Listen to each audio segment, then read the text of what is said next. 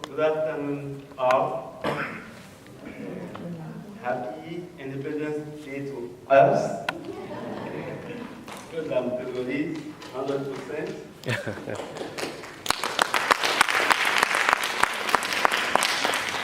My name is Brice Dogbe, and I actually wear many hats. My interests are in computer science and also in entrepreneurship, finance, and investment. And today, I have the honor to present to you crowdfunding, equity crowdfunding, and how, as a diaspora, we can take advantage of the new law signed by the Obama administration in 2012 to finance our own businesses and to create wealth for our own and our children. Okay? What I'm going to do is first I'm going to define what is crowdfunding, talk about the different sorts of crowdfunding models that are there, and focus on the equity-based crowdfunding, talk about some of the portion of the law, and finally, how we as diaspora, people in the diaspora, how we as immigrants can take advantage of the law to create wealth for ourselves and for our children. Without further ado, let me dive into the subject. Let's start by defining what is crowdfunding. Can you please go back? Okay. Crowdfunding simply, this is one of the definitions of fraud, is the practice of funding a project or venture by raising many small amounts of money from a large number of people, typically via the internet.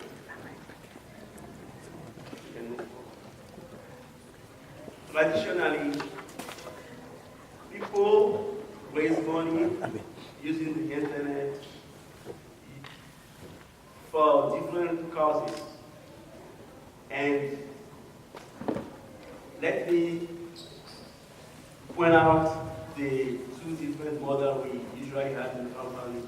The first one is the reward crowdfunding, is where when you have maybe a project and then you put that project online and your friends and family or people who don't even know you, you can put some money into that project. We see that every day. Someone, and you use initially for like musicians use it, you have a project in your community, even you have some issue, like health issue in the community, you can raise money over the internet. And this is more like a reward crowdfunding. And even when business raise money using reward crowdfunding, the investor or the backer, let's call them the backer or the donor, they don't have anything in return. They don't have an economical return. They might have a t-shirt, they might have a purse, and that's it. I'll later on and you'll see what I mean. And what I'm trying to focus on is the equity-based crowdfunding. In that type of model, when you invest in a project, you become a shareholder in that company, which means that if the business grows and becomes successful, you get a return. You actually get something, a financial return, right? Okay? This all was possible because in 2012, after the economic crisis we have, the Congress, they signed a bill, it's called the Job Act, and within the Job Act, we have one section called Title 3, which legalized this way of raising money for small investors like us. Because initially, things were not that easy. In order for you to put a business on the internet and raise money, your investor must be accredited, which means that they must make some good money, at least like $250,000 a year, and their net worth should be, I believe, a minimum of $1 million. But with the new regulation, the Job Act of 2002, anybody can invest in small business. And this allows small businesses to have access to larger pool of people to support them. The government always wants to protect the investor, so there are some regulations the investor as well as the entrepreneur needs to follow in order to take advantage of the law. Let me go quickly, because we don't have a lot of time. Let me just brush up some of the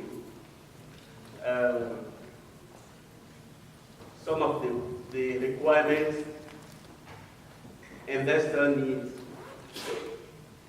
in order to invest in the crowdfunding model.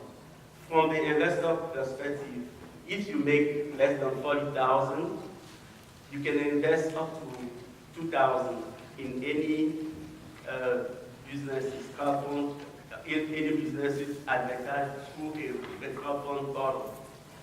And if you make between 40 and 100,000 a year, you can invest up to 5,000, which means that let's say that you make 100,000 a year, you can invest up to 5,000 in this kind of businesses. And if you make more than 100K, you can actually invest up to 10% of your income or net worth into any small business advertised through crowdfunding model. And the government, willing to protect also the investor, require the company, the small businesses, to actually depend for that. That's also, they have different categories. For a business that trying to raise less than 100K, they just need the entrepreneur to sign up on the financial statement. Between 100K and 500K, they need actually an accountant to certify the financial statement. And over 500K, then they need an external auditing company to actually certify their finances. So I believe this is a great opportunity for us to take advantage of the law, right? So let me dive into some of the solutions crowdfunding, equity-based crowdfunding provide. As I said before, it was not possible for anybody to just invest in the company because of the security laws. It's very difficult just to invest in companies. I would say that investment is kind of, it's only reserved for privileged people that have a lot of money. People like us, we cannot, the majority of people, we cannot invest in those kind of opportunities. But nowadays, with the I would call it the democratization of finance, everybody can invest in this type of venture and actually take advantage of the growth potential. Let's say you invest in 10 of those small businesses. If one or two pick up, maybe you might not need to work anymore. You might have enough money to live on, right? So, for the entrepreneur, the benefit is they have access to a larger pool of capital. As we know, anybody that has started a business, it's not that easy to raise money. It's through the books, everybody will say, oh, go to the bank, they'll give you money. When you go to the bank, they say you don't have 2 years of record. We won't lend you money. You're good to your friend and family. Okay, oh. Unless you have a very privileged, wealthy friends and family, you don't get anything, right? But with crowdfunding, if we structure, I believe, if we structure it very well, we can auto-finance ourselves. And what is good about this is legal. It's not some kind of Ponzi scheme. Somebody's trying to take your money. The government has laws to protect both the investor and the entrepreneur, right? So this is something I believe we can take advantage of. And let's also talk about why I think we can take advantage of this kind of legislation. Lately, I I'm curious. I've never done community-based saving. We call that tontine, right? Last time I decided to participate in one of the community-based saving, and we were putting $100 a week, which is 400 a month, and within that group we have 37 people. And I sat on one day and I was jogging the numbers, and I realized that within our hands, within the manager of that community-based saving, if we complete a cycle, we will raise somehow 136,900. This is something. Imagine that we don't take the money back. We invest a portion, just a portion of that money into a business to support maybe someone in our community that has a great idea, or maybe to invest into a real estate. Imagine how we can actually start to build wealth ourselves without necessarily have to wait for like the bank, the grants, because I went through all this. It's not that easy. Go to the bank and ask for money, you will see. But what will happen if we structure ourselves very well? We take advantage of the opportunity, we start having money, and then things become easier and easier. Once you have money, let's say you have 1 million in the bank will call you. You don't even have to go to the bank, they will call you. You go to the bank, you don't even see in the line, they open doors for you. They bring you coffee. They want to deal with you. And I believe if together, we work together, we can attain that kind of sustainability, financial sustainability together. And then we can leverage on it to do so many stuff. Right? Do you agree with me? Yes. So that's what I would like to share with you. And how we all can do it. I can help.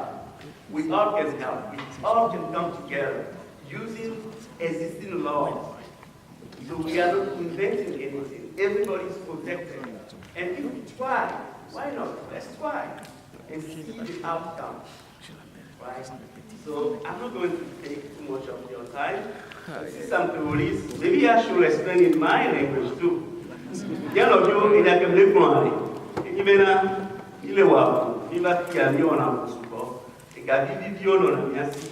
Ya kike michina mi o business ka do me wa business wa mle facile. Ba gouvernement de dole ki ame kokoro la ki joga légalement. Ola so onde. Quem cinematic advantage ne Kenya wa kelia. Kenya tinya se onde. Na me no susumeria. Ye be swear. Big vengono plongere, le sodo online. Le mie community antone, bien ti giocare. Quando vai giocare, a me può giocare business one ora che giocare business ali. E be la info. In che cinema ti vuoi? In che cinema ti boga? Ya zon lo apilea. Ya sople, reste fort. In ba no po po. Et puis nous qui nous le tu avais, mais gabiner la sur quoi? Et quand on va balancer avec nous, nous avons 1 million de fiers. On a fait un projet de 10 millions. Parce que 1 million là-dessus. Et il y a des leverage que nous avons les financements. Nous leverage, et gagner les fiers, nous leverage, nous prendre des supports. On a dit multiplier gars facilement. So, nous qui sommes cher pour nous, nous avons donné l'ordre, il est ordre de projet à dire qu'il y a un projet encore pour quelqu'un voir. Ma chère, il y a quoi qui vient de changer, il y a une meilleure terre alors à plus d'un million.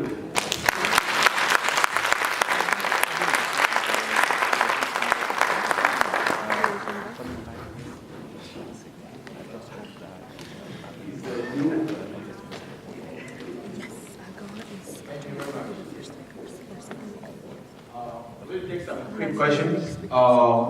You know, we are run out of our setting time, but we would like to, we have 5 presentations.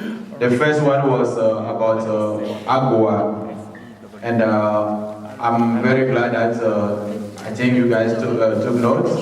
The second one was about overseas investment for big. The third was USA. That's some of you guys are aware of. They used to be in Togo, and now they moved to Ghana. Hopefully, with diaspora, they will come back to Togo so that we have our own USA branch in Togo. And then we hear about agribusiness. And then we just hear about crowdfunding. Crowdfunding, I was not aware of crowdfunding before I got a homework to do. To submit, then I have to do my research about crowdfunding. And I found that even GoFundMe that we used to raise money to organize this event was part of crowdfunding. So we have tools that we can use to, to flourish in this country. So we'll take, 5 questions, and then if you guys have other questions, we will ask you to meet the panelists later, or you can come to us, or we can connect you to them. Some have their business cards, or if they allow me, I can share their PowerPoint also with you guys, so that you can go and get more information. If that's said, I would like to take 5 questions. You raise your hand, I take notes, I take your name, and then later on I call your name. What's your name, please? Miss Salvi. And then I have Marcel, and